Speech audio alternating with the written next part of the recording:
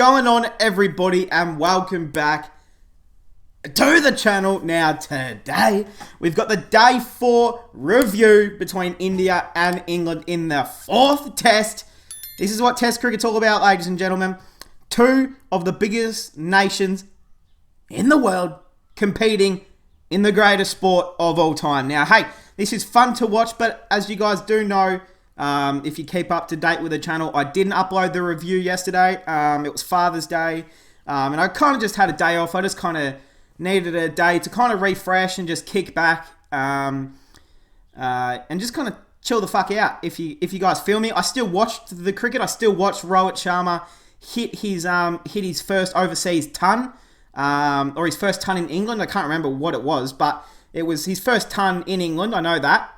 And it might have been his first century overseas as well. I'm trying to remember. But hey, it was an incredible knock. I still watched the cricket. I still watch the cricket whether I don't upload because I love cricket and I'm always going to watch it. So I'll just quickly cover what I missed on day 3. Sharma, you know, it's good to see the hitman bat well. He batted incredibly well. It's one of the great knocks I've seen from Rohit Sharma. 127, great little knock. Of course, it was unfortunate for him to go out because he was looking solid. And then he hit that classic pull shot straight down to fucking deep third man. He always goes out that way. Rahul, 46. Look, he did enough. I think Rahul did enough to keep his spot in the team. Pujara, same goes, 61. The pitch is quite flat. So a lot of these Indian batsmen would have obviously prior experience, playing at home. These pitches are this pitch now is quite similar to what they played back in India. So, they obviously have plenty of experience and it's working. It's working a treat. Pujara, 61, nice little knock. And what I've noticed with Pujara, he's stepping up his run rate. We know he's normally a guy who will have 10 runs off fucking 400 deliveries. But now, 61 off 127, a strike rate of 48, that's a lot better than what he was doing. And I think he's realised that if he wants to play good in England conditions, he has to be making runs. You can't stay out there for 100 deliveries and be on 5 runs because it'll just eat you alive when it's swinging on those England pitches. They're so unpredictable of what the ball's going to do. So I do like this new Pujara. I like what Pujara is doing with his game style. We like that. King Kohli, he's having a good series. He's going 38, 40, 44, a 50, a 46, whatever else he scored. But he just can't seem to get past this 40 to 50 region. He just can't seem to get near that magic 3 digits of that 100. Another 44. 44 is a good score. 44 is a solid score for a number 4 batsman, but we put Kohli up on these high standards that we expect him to just go out there. Whenever he gets past 20 runs, he'll make 100. But 44, still a solid score, and it was a good delivery from Moeen Ali. As soon as they brought Moeen Ali on for that first change, he was causing plenty of trouble out there, Moeen. And it makes you wonder why Ravi Ashwin is not playing. But hey, you can't do that. Rahane, look, unfortunately, I think this is the last we'll see of him in this test series. Not the test team altogether. I think he can play. He will be in this team again. But unfortunately for the vice captain, he just is not in any good form. And I think there's plenty of other good Jadeja came in front of him, but there's plenty of good number 6s, wherever you want to bat him, number 5 or number 6.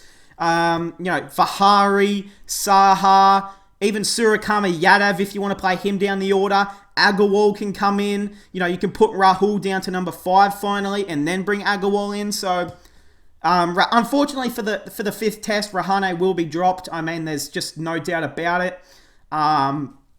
Even if India win this test match, which I think they will, but I think he'll still be dropped. And I think they would probably bring in Saha. I want to say they'll bring in Saha. But then again, do you bring in Vihari, or is it time for Suryakumar Yadav maybe play down the order and debut. It would bring some excitement to the team. I don't know. Let me know what you guys think in the comments. I am curious to see what change you would go with for Rahane down the order. Pant, a nice little... Okay. We have to clap for Rishabh Pant because whenever this bloke plays patient cricket, he is one of the greatest cricketers alive right now. And that's not an over-exaggerating. You know, when he plays those big shots early and he skips up the crease and goes out for 5 runs, it's just... You just shake your head and wonder why. But then he was out there batting with Kohli, and then Thakur came in, and he was just settled into his innings. Anything outside off, left. Anything down leg side, he just left it. Unless it was going to hit the stumps, he actually played at the ball. And that's what Test cricket is about. That is how Rishabh Pant should be playing cricket in these sort of situations. Now, let's say they were 2 for 400, and he's been told to go out there and just hit runs. Play your style, but in this sort of close game situation, he played perfectly. And you guys know, I mean, in Australia, Rishabh Pant is probably our favourite Indian player, and I love Rishabh Pant. I mean, he's one of the most popular players in the world. Everyone wants to see Rishabh Pant do well. I can't think of one person who doesn't like Rishabh. He's such a good bloke on and off the field. So, happy for him to pick up a half century. And now this man, Lord Shardul Thakur. This man is a gun. Thakur is an absolute gun. And the fact that they can have Thakur at what? Number 8. To have someone like Thakur batting at number 8 is such a luxury for this Indian team. 60 off 72, played an incredible little knock there. He gave valuable run. Him and Pant put very valuable runs on the board. You know, that was a nice partnership. That was like a 100-run partnership. Incredible little knock between them both, little partnership. And it put well-needed runs on the board for India.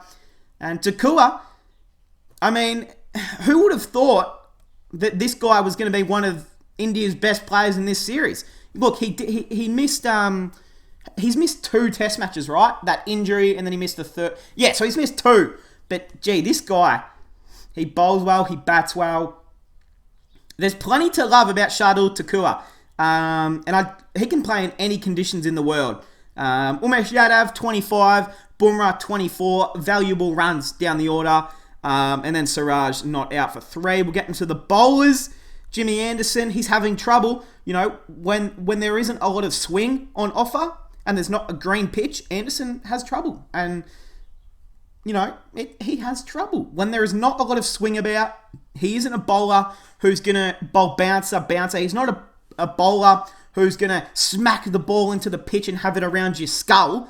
He's a bowler that he bowls it kisses the pitch lightly, and it swings away, or it'll swing in. With this pitch, it's not doing much for him. He's just bowling repetitive deliveries. But he doesn't have to bowl again for this game, so I guess that's over. Robinson, 2 for 105 off 32. Chris Wokes, he's probably player of the match so far. He's probably going to win player of the match, depending on if he puts any runs on the board. Depending on who wins. I think if India wins, you'd probably say man of the match was probably Thakur.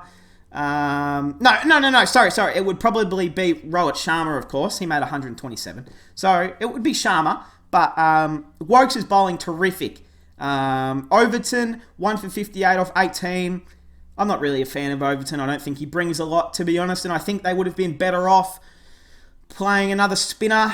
I think, you know, if you brought in someone like Jack Leach, would have been better off. Literally anyone. Maybe Mahmood would have been a better option, in my opinion. I don't know.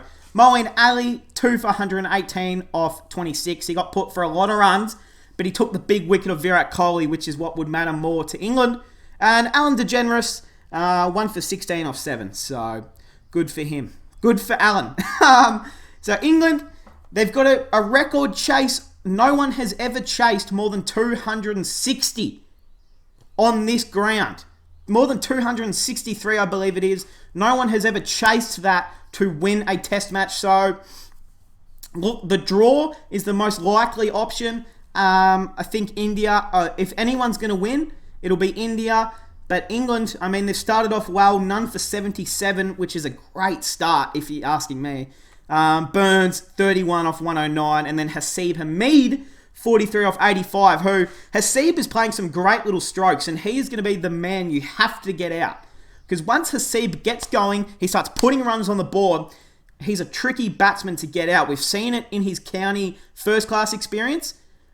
There's like a stat. Whenever Hasib Hamid makes more than 50 runs, he goes on and makes like 100 every time. It's incredible what this bloke has done at first-class cricket. So, have to get Hasib out. Have to get these. You have to break this partnership early in day one. Because if this partnership goes for longer than that first session, India are in a lot of trouble. But hey, I mean, this is what Test cricket is about. This is why it's the best format on the earth. This is why no format of cricket will even come close.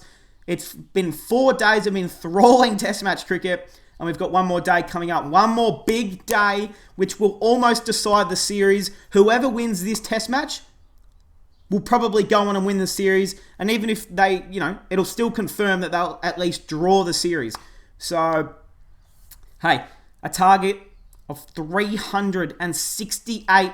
They need 291 runs in 90 overs to win on day 5. It's going to be one of the more incredible chases. Can they break records, England? Can India take 10 wickets on day 5 to win an incredible test match? Or will it end in a draw? Let me know what you guys think in the comments. I'm back, baby. I hope you guys enjoyed, and I'll see you guys in the next one.